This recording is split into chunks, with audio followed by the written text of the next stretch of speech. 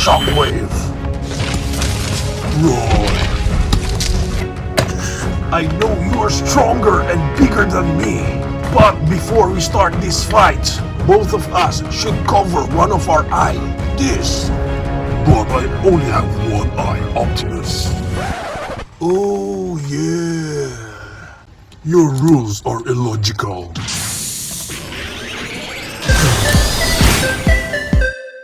And ito na nga ang toy na re-review natin for today. This is the Bayway Spock Interstellar Pirates TW1028,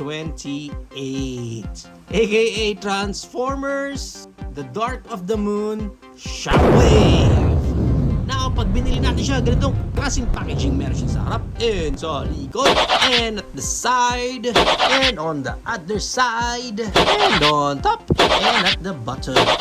Yeah. Kapag na-unbox natin itong si Shockwave, kasama lang niya dito yung kanyang manual. And as you can see here, na nandito pa sa clamshell niya si Shockwave. So, i-unclamp na natin. And pag na-unbox natin itong Shockwave natin, makukuha mo lang sa clamshell niya is itong kanyang accessories na to. Parang weapon din. Pero ang maganda sa weapon na to is weathered na siya. Ang ganda lang ng effect kasi since metallic na purple ang ginamit sa kanya, yung weathering niya hindi mo agad mapapansin. Like parang nagbibigay highlight lang talaga dun sa weapon niya na to, which is cool. Next na accessories niya dito is yung kanyang worm. Worm ba to? Hindi. Yung itsura nito is weathered na rin na black and silver. Mas maganda kung may wire talaga to sa loob para mas maiposition natin ng mas maigi and according sa gusto mo. Pero as of now, soft rubber lang talaga siya. Moving right along, nandito na si Shockwave. Ganda. First impression pa lang talaga.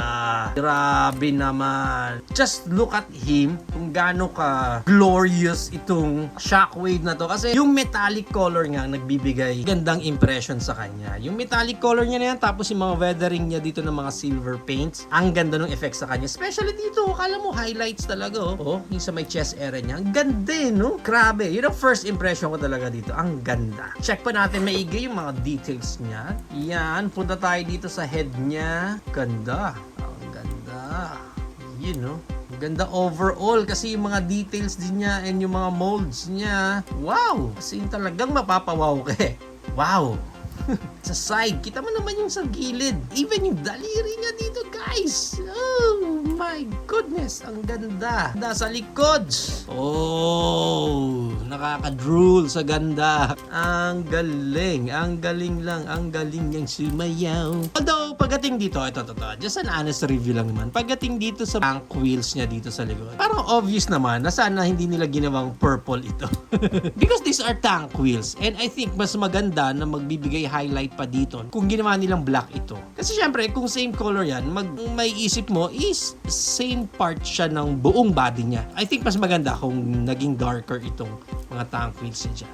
Okay? Galing yun. Ito na yung kanyang yung cannon ni Shockwave. Oh my gulay talaga. And itong cannon niya na to, isang part lang eh. Akala mo lang na nakaseparate itong cannon kasi may makikita kang maliit na daliri niya dito. So akala mo nga naman, kinakabit at ditanggal yung part na yan. Pero no. Galing nung ginawa nila doon. Diba? Nagkaroon ng effect na akala mo talaga hawak-hawak niya sa loob itong malaking cannon niya na to. Okay, so para sa articulation nitong Shockwave natin na to, ang ulo niya is on a ball joint. Although, medyo loose yung sa head. I-expect ako medyo mahigpit ng konti. Pero may look up siya na ganyan, may look down siya na ganyan. Left and right niya, konti lang din kasi tumatama na yung mga panels niya dito sa likod. Pagdating sa shoulder niya, ito ang kanyang arms wide open. Oh, nice ha. Kahit mabigat itong kanan niya, di basta-basta lalaglag. So, nice. Okay. Yan ang kanyang arms wide open and of course, na-rotate mo rin yan ng ganyan. Meron siyang bicep rotation dyan. Pagdating sa sa elbow niya, ayan ang kanyang elbow, which is good. Pagdating sa kamay, narorotate pa yan ng ganyan. And pagdating sa mga fingers niya, so may articulation din siya dyan. And itong isa, ball jointed din, so nagagalaw din yan. Itong isa, ball jointed din, so nagagalaw din yan. At dito, meron din niyang articulation dyan. And also sa kamay, pwede niyang pataas yan ng ganyan, or yan. Syempre, dito sa kabila, wala nang ibang daliri dyan, kundi ito lang thumb niya na nakalabas nga. Yan, pwede mong articulate. Although, pwede mong matanggal ito.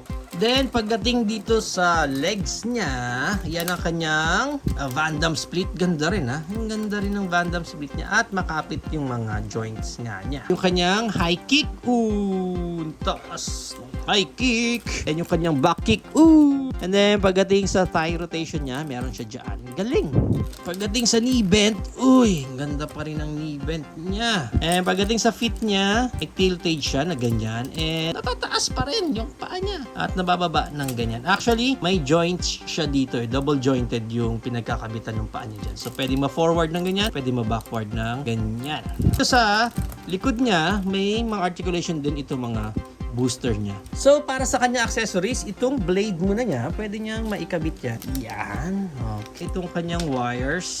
So, looks like itong wires niya, hindi siya pwedeng either way. Kasi magkaiba yung pegs niya. So, yung isa mas malaki, mas malapad. This one is mas manipis. So, yung mas manipis niya, dito mo lang siya pwedeng ilagay. Diyan. Pero ito, yung mas malapad naman, pwede dyan, or pwede rin dito sa mas malayo. Yan. Ganyan din. Pwede. And itong weapon din pala niya na to, pwede rin dito sa ilalim niya. Ang ganda niya! Grabe! So, let's proceed now sa kanyang transformation. First na gagawin natin, itong mga shoulders siya dito is i-unpeg lang muna natin na medyo may katigasan lang pag in-unpeg nyo yan. Pero kailangan mo talaga siyang i-unpeg. Yan, no? Narinig nyo yung sound na yon, ganun siya katigas. Bababa na natin yan, buong portion na yan. And then, itong mga cannons niya, i-fold up na natin pag ganyan. And then, itong head niya is iaangat na natin ng pag ganyan. Ayan, loose talaga yung sa ulo niya, itong peg. And then, after niyan, itong sa mga kita niya, yan, bababa na natin yan. Yan, okay. Nakakatakot eh, baka mabali natin eh. Yan, ito na dapat itong itsura ni Shockwave.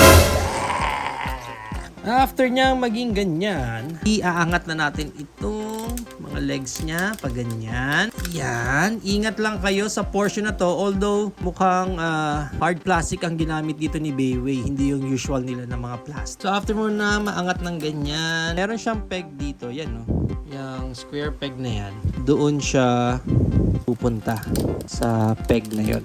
So dapat dito siya mag-meet. Tama ba? Yon. Okay. Make sure lang na itong portion na to is hindi siya naka-slightly tagilid para hindi magkaroon ng stress mark. Okay? Ulitin natin dito sa kabilang to. Sa kabilang side na to para iwas stress mark lang din. Yan. Yan. Okay. And syempre, this is Bayway. Nandito na naman tayo sa part na hindi natin maintindihan. So, dapat ito is magbe-bend papunta pa ganyan. I think parang yun nga yun. Yan. Fold natin siya pa ganyan. So, itong gray na area na to, ganun din dyan. Dapat pala ang kabit na ito is dito eh. Kaya sa instructions niya, ganyan ang itsura niya. And then, dito sa kamay niya, makikita nyo, may dalawang pegs din siya dyan. Yung dalawang peg na yan, dito naman siya mapupunta. Okay, so yun ang magpapasecure sa area na yan. Yan, nag-clip naman yung sa atin. So, ganun din dito sa cannon part. Yan, okay. Okay, wala talaga sa gitna yung tank turret niya. Parang nandyan talaga sa side. After nyan, dito sa likod naman niya, makikita nyo may peg pa siya dito na dalawa. Yan o, 1, 2. May peg slot siya dyan. Itong dalawa na doon naman siya mag-fit. Okay, so doon siya mag-secure para sa kanyang booster shots. Yan. Okay, so nag-fit naman siya. Ganyan ang itsura niyan sa pinakalikod niya. Itong weapon niya dito sa side, dito mo din siya ipapwesto nga. Diyan din pala siya ilalagay. Ang gagawin natin dito sa paa niya is parang ifa-fold mo pa yung paa niya palabas. Ito is dapat naka-forward ng ganyan.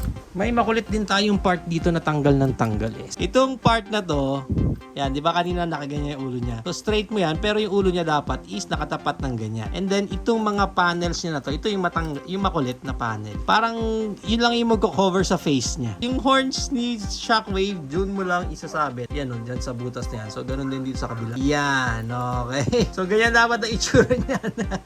Ayan na yun. So, ito na si Shockwave sa kanyang alt mode. Maganda pa rin naman eh. It's because of the color, kaya ang ganda tingnan. Naiikot pa itong part na to. Since naiikot yan, pwede mo gawin ganyan. Nitpick ko lang talaga, ito dapat ginawang black. Kung itong black na to, naging ganyan din yung black nung mga tank wheels niya. Ang ganda niyan, mukha siya talagang tank. Pero overall, maganda.